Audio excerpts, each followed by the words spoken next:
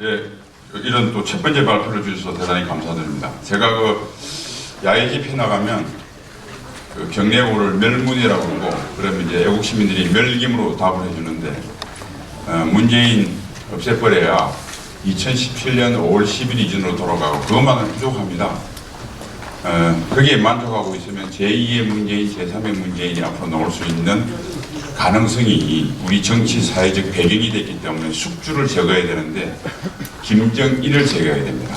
우리가 80년대까지 유럽에서도 KGB 통제를 받아서 엄청나게 많은 반미, 반핵, 반전하면서 좌파들이 움직였는데 지금 유럽에서 데모할 때 양키고음 들어보셨나요? 없어졌습니다.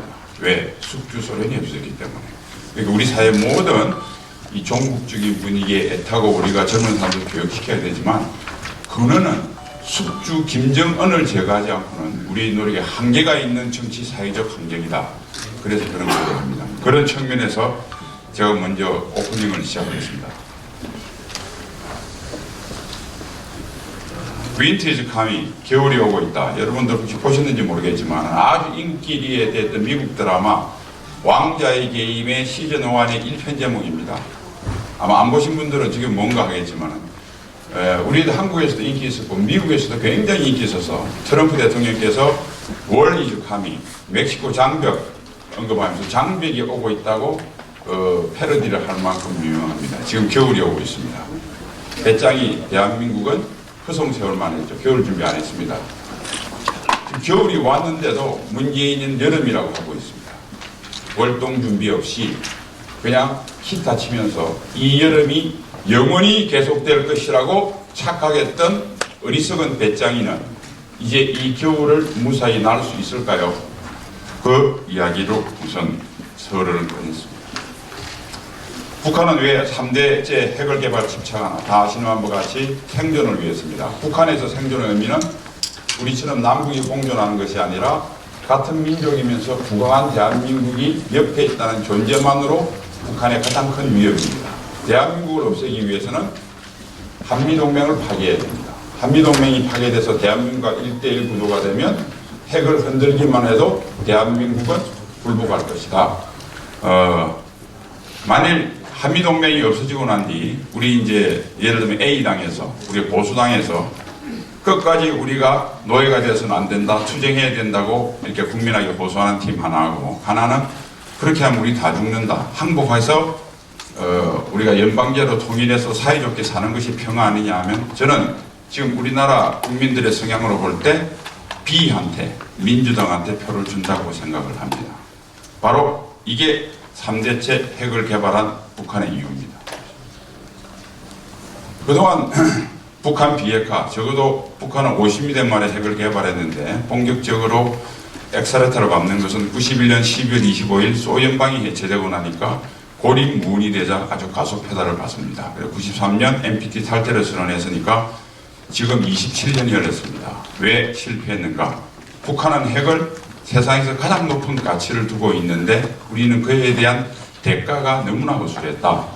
북한 좋은 말하고 돈 주고 팔다리 비틀면 내놓을 거로 생각하는데 어림도 없는 일이죠. 두 번째는 우리가 이렇게 협상과 제재는 협상 맞는 놈, 제재 맞는 놈 다 엉터리입니다. 왜냐하면 핵의 개발에 대한 동기가 강하면 강할수록 목숨이 숨이 멎을 것 같은 강력한 제재가 있어야 진짜 핵을 내려놓을까 말까 하는 협상으로 전환이 된다라고 하는 협상과 제재는 택일의 문제나 이분법의 문제가 아니라 동전의 양면처럼 상호 보완적인 관계라고 하는 그 구조에 대해서 이해를 못했습니다.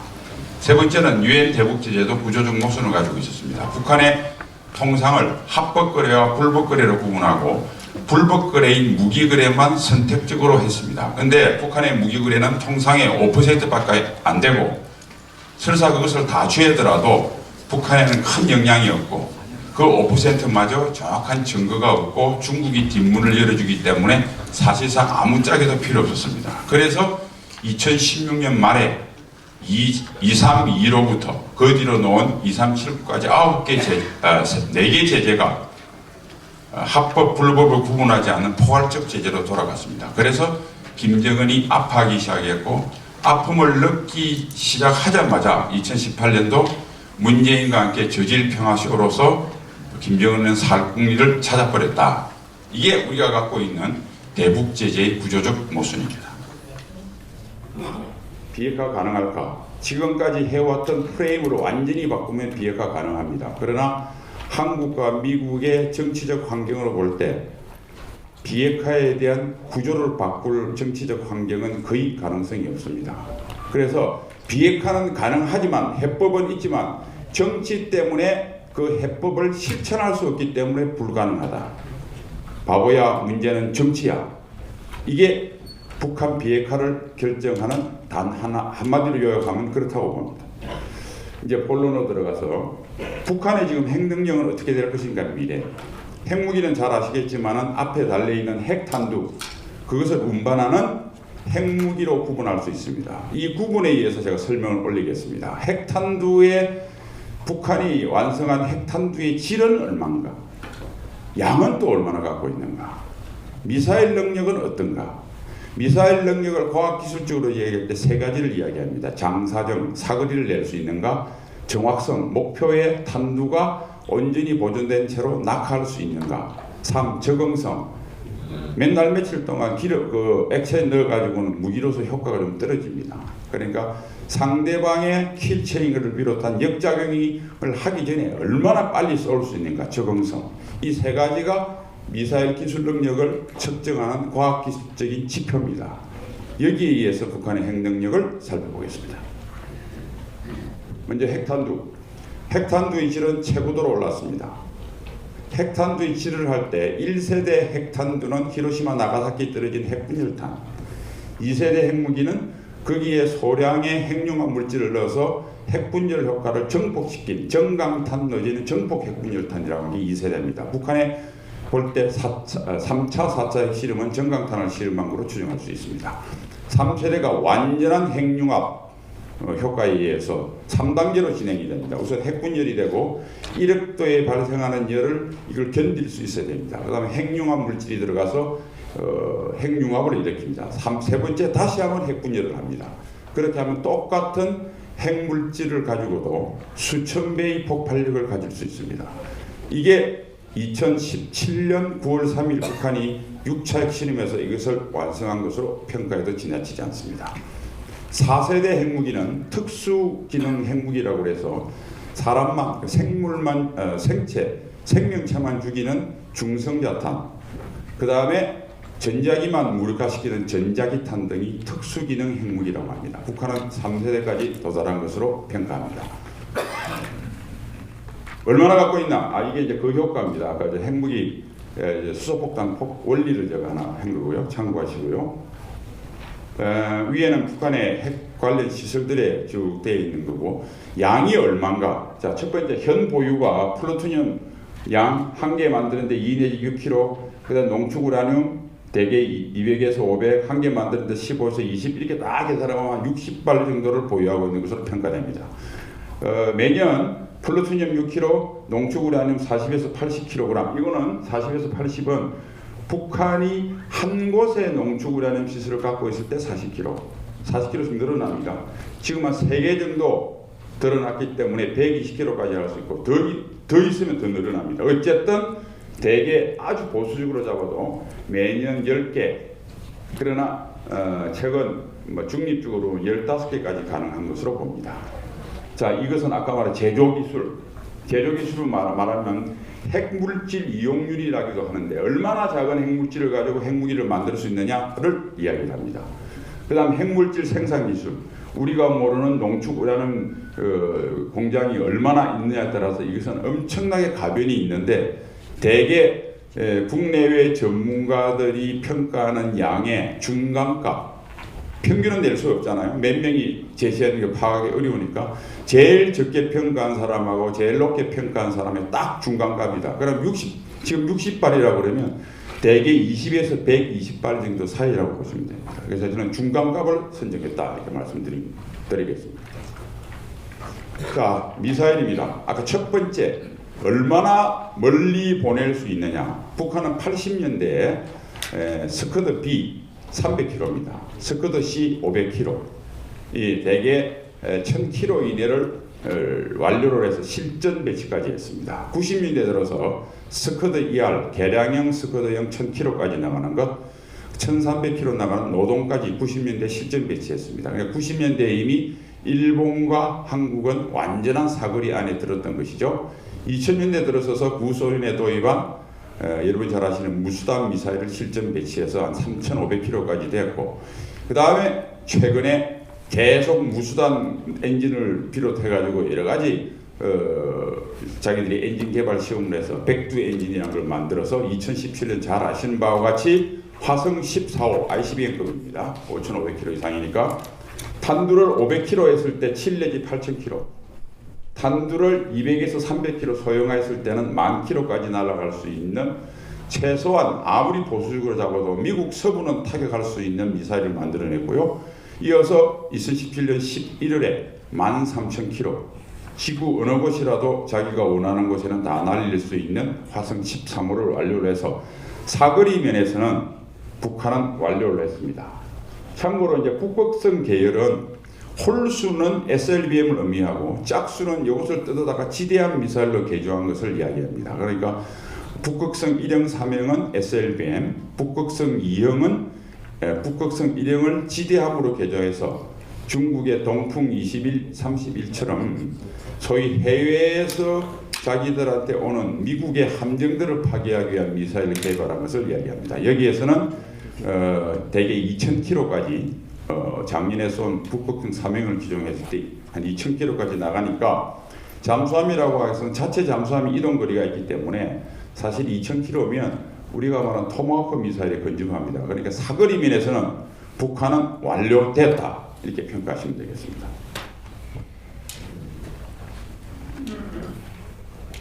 두 번째는 북한이 과연 그럼 정확성을 갖고 있느냐. 그러니까 북한의 항법 체계와 상승할 때 자세 안정을 가지는 그리드핀 기술은 완료한 것으로 보입니다. 가끔 미사일이 보면 올라가다 폭발하는 경우가 있었죠. 북한도 그랬고 미국도 우주 왕복선 할 때 그런 일들이 있었습니다. 그러니까 이 상승대가 제일 중요한데 많이 흔들리고, 그러려면 상승대 자세를 아주 안정되어야 됩니다. 이게 많이 자꾸만 틀어지면 폭발할 수도 있고요. 조금만 삐뚤어지면 빙빙빙 돌다가 엉뚱한 데로 날아가거나 빙빙빙 돌다가 공중에서 사라질 수도 있습니다. 이 그리드핀은 완료가 됐고요. 그 다음에 이제 막상 우리가 말한 재진입 기술, 이게 두 가지 기술이 필요합니다. 하나는 탄두부 정밀 유도, 정확한 각도로 업혀야 됩니다. 조금이라도 각도가 틀어지면 여러분도 어릴 때 다이빙 때 뛰어내려서 잘못하면 배치기 하면 배 엄청나게 아프지 않습니까? 그러니까 몇백 킬로 공중에서 1000km의 대기권으로 들어올 때 배치기 잘못하면 미사일은 형체도 없이 산산조각 나서 우주공간으로 사라집니다. 정확하게 뽑혀야 됩니다. 정확하게 뽑히는데도 열을 견딜 수 있어야 됩니다. 7000에서 8000도의 열을. 이 두 가지 기술이 있어야 됩니다. 탄두부 정밀 유도와 내열성의 기술이 있어야 됩니다. 이 두 가지 면에서는 충족하지 못한 것으로 우리가 평가를 하는데, 그래도 상당한 기술적 진전이 있으려고 보는 근거가 세 가지가 있습니다. 첫 번째, 1990년 초에 러시아 소련이 붕괴되고 난 뒤 러시아 과학기술자들이 내열성, 내마모성, 그러니까 열을 견디고 또 마모도 안 돼야 됩니다. 이 기술을 가지고 북한에 비밀리 방문해서 이 기술을 전수했다고 하는 것이 알만한 사람들은 다 아는 거의 사실에 가까운 거고요. 두 번째, 화성 14호를 쏘고 난 뒤에 북한이 조선중앙통신에서 발표문을 보면 굉장히 정확한 내용을 설명했습니다. 첫 번째, 우리는 탄소 복합 소재를 이용을 해서 고온을 견뎠고, 그리고 앞에 밖에는 수천 도의 열이 발생을 했지만은 탄두 내부에는 20에서 45도로 안정적으로 온도를 유지를 했다. 그 다음에 그렇게 하고 대기권으로 떨어지면서 탄두 폭발이 정상 작동했다. 그 무기 활성화 코드를 입력을 돼야 핵폭탄이 터지거든요. 그 조건이 완성이 됐다. 목표 수에 떨어졌다. 이렇게 여러 가지 이야기를 했는데, 다소의 과장은 있을지 몰라도 그 절차를 상세히 기술적으로 공개한 걸로 봐서 완전히 거짓말이라고, 과장이라고 보기에는 상당히 무리가 있습니다. 그 다음 세 번째, 북한이 만일 상공 40에서 50km에서 EMP탄을 폭발시킨다 그러면 그 열은 훨씬 낮아집니다. 자, 이게 왜 그러냐면 여러분들 조금 이해를 하셔야 되는 게 지표면에서 100km까지를 우리가 대기권이라고 합니다. 그 밖을 외기권, 우주라고 부릅니다. 그러면 지표면에서 100km까지 이 대기권은 크게 네 가지로 나눕니다. 제일 가까운 게 대륙권 11km 정도입니다. 가장 이걸 뚫을 때 열이 많이 발생을 하죠. 성층권 11km부터 50km까지입니다. 여러분들 잘 아시는 오존층은 대기권으로부터 25km에 있습니다. 뭐 자외선 흡수하고 기능은 잘 아실 겁니다. 50km부터 80km를 중간권, 80에서 100km까지를 열권이라고 합니다. 밑으로 내려올수록 엄청난 열이 발생을 합니다. 그런데 40에서 50km 성층권에서 탄두를 분리해서 폭발을 시켜서 EMP탄을 오면 결국은 100km 우주에서 10건 뚫을 때 80km 하면 뚫을 때 그 다음에 그 밑에 중간권을 내려올 때 열인데 그거는 아주 열이 낮습니다. 본격적인 7, 8천도 열은 성층권과 대륙권을 뚫을 때 나옵니다. 그러니까 열 견디기 전에 위에서 폭발시킨 EMP탄을 쓴다고 그러면 북한의 지금 재진입 기술의 성공 여부를 판단하는 기준은 훨씬 낮아진다. 이걸 이해를 하셔야 돼요. 마지막에 적응성입니다. 북한이 고체 연료를 했느냐 안 했느냐. 시간이 일 때문에 빨리 하겠습니다. 1000km 이내 지대지 미사일은 작년도에 보이는 여러 가지 3종 세트에 의해서 고체 연료를 완료한 것으로 보입니다. 그럼 2000km까지는 아직 지대지로 전환은 못했지만은 SLBM을 쏘았기 때문에 SLBM은 전부 다 고체 연료입니다. 절대 액체 연료로 쏘아서 뭐 기름 넣고 액체를 넣어서 잠수함에 쏠 수가 없습니다. 그렇게 따지면 북한이 2000km까지는 고체 연료 기술 적응성에 완료가 됐다고 판단을 하고 이것은 군사적인 의미로 한국과 일본을 개장할 때는 액체 연료 필요가 없이 바로 테일에 붙여서 10분 이내 사격이 가능한 군사적 능력을 가졌다. 이렇게 해석하시면 되고 미국을 위협하는 괌으로부터 시작해서 미본토를 위협하는 미국을 위협하는 것은 아직 고체까지는 이르지 못했다. 이렇게 이해를 하시면 되겠습니다. 그래서 이제 북한의 요게 잠수함 능력인데요. 요거는 작년에 보인 북극성 3형. 그러니까 북한이 90년 초에 개발한 신포급 잠수함 2000톤 구형 구닥다리 골프 잠수함을 해가지고 했다가 북극성 1형 때 보였다가 2016년 이번에 보인 건 3000톤까지 개조를 한 겁니다. 이것은 정상적으로 대형 잠수함이 안착이 되면 SLBM 북극성 3형을 3발을 안정적으로 탑재 가능하리라고 평가됩니다.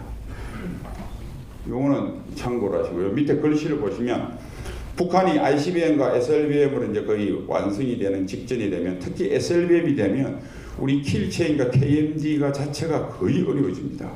그리고 SLBM을 대비한 킬체인과 KMD망을 구축을 하려고 하면 어마어마한 비용이 폭증하게 됩니다. 미국도 상당히 어려워집니다. 그 다음에 특히 SLBM은 생존 능력이 있기 때문에 미국에 대해서 확실한 제2경력 최소 억제 능력을 가지게 됩니다. 그러니까 어떤 사람들은 SLBM이 어떻게 대응할까 군사적으로 하는데 그게 문제가 아니고 SLBM의 문제는 한미동맹이 위험에 빠졌다는 소리입니다. 북한의 SLBM 대책은 한미동맹으로 풀어야지 한국의 국방력 군사기술로 풀기는 근본적인 문제가 아닙니다. 왜냐하면 SLBM을 싣고 큰 잠수함이 곧 항영해로 빠져나가서 일본에 있는 미국 기지나 괌을 위협을 할 텐데 사실은 우리가 그게 문제가 아니라 그러니까 미국이 괌이 위협받고 하와이가 위협을 받더라도 한국하고 동맹을 유지해야 된다. 한미동맹으로 SLBM을 풀어야 됩니다. 그런데 우리가 이것을 잡겠다고 우리나라 오는 이스칸데르 미사일 잡을 능력도 제대로 없는데 태평양으로 가는 북한 잠수함을 따라다녀서 해줄 능력이 없죠. 그건 미국하고 일본한테 맡기고 미국과 일본하고 같이 동맹을 튼튼히 하는 것을 해결해야 됩니다. 거기에 대한 내용이고요. 향후 이제 탄두 재진입, ICM 면에서는 탄두 재진입, SLBM 면에서는 SLBM 완료가 되었으니까 대형 잠수함을 북한이 어떻게 건조하느냐 이 두 가지 기술적 난관을 북한이 확실히 통과하면 북한은 완전한 제2경력을 가진 어마어마한 제가 봐서 미국, 러시아, 중국, 그 다음에 오히려 영국 굴란스보다도 영국 굴란스는 SLBM만 한 200발 갖고 있거든요. 저는 제4위의 핵강국으로 등장할 날이 멀지 않았다. 이대로 손 놓고 있으면 그렇게 봅니다. 이건 참고로 북한의 위성 기술을 잠깐 설명을 드리겠는데요. 우리 여러분들 화성 메토 하는 것은 완전히 미사일이고요. 그다음 미사일을 운반하는 로켓이 있습니다. 이것을 은하 메트로라고 합니다. 지금까지 개발된 게 은하 3호고요. 이것을 미사일 핵탄두 대신에 정찰 위성을 실으면 이게 광명성입니다. 이게.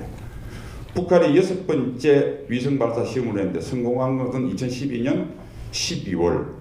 그다음 마지막으로 성공한 게 2016년 2월입니다. 결론적으로 이야기해서 궤도 위에 잘 올렸습니다. 지금 광명성 4호는 2016년 2월에 발사된 광명성 4호는 500km 상공에서 지구를 97분 24초 만에 한 번씩 주기를 하고 있고 계속 통신을 하고 있습니다. 그런데 이게 정찰위성으로 관측을 할 수 있느냐, 그 능력은 안 된 걸로 알고 있습니다. 만일 김정은이가 ICBM 대신 위성을 발사한다면 거기에 어느 정도 기술이 될지 모르겠는데 만일 제대로 정찰위성을 쏜다 그러면 2003년도에 일본이 최초 위성을 쏘았던 EOIR 광학위성 정도 해상도 40cm 정도는 띄울 수 있지 않겠느냐 이렇게 봅니다. 참고로 미국은 많은 군용 및 상용 위성을 운용하고 있습니다. 군용 위성 해상도는 15cm. 그 다음에 상용 위성은 대개 한 30에서 25cm인데 법으로 25cm 이하의 상용 위성은 못하도록 막고 있어요. 너무 자세한 거 보지 말라는 소리죠. 일본은 40cm 정도입니다. 그런데 2021년 내년에 쏠 일본은 7개 운용하고 있는데 8번째 위성은 해상도 25cm를 목표로 하고 있고 한국은 아직까지 군사위성은 발사하지 못했는데 앞으로 2020년대 중반까지 5기를 운용할 예정입니다. 결론하겠습니다. 이제 겨울이 왔고 진실의 문에 들어서야 됩니다. 그래야 봄을 맞이할 수 있습니다. 첫 번째, 지금처럼 협상의 틀을 기본적으로 바꾸려는 한미의 정치가 바뀌지 않고서는 북한 비핵화는 불가능하다. 협상에서 2006년도 10월에 북한이 1차 핵실험하고 난 뒤에는 한 번도 비핵화를 언급한 적이 없습니다. 늘 핵무장 하겠다는 이야기만 했습니다. 두 번째, 사실은 2017년 12월에 김정은이가 핵무장 완료 선언한 이후에 다 알고 있습니다.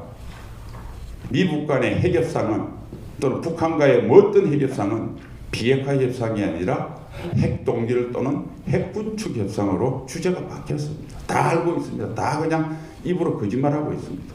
비핵화 주제 아닙니다. 그러면 핵동결이나 핵감축 때문에 어떻게 되느냐? 북한의 핵위협은 미국한테도 위협이 안 되고 국제사회 위협이 안 됩니다. 대한민국만 혼자 위협이 되고 혼자 해결해야 됩니다.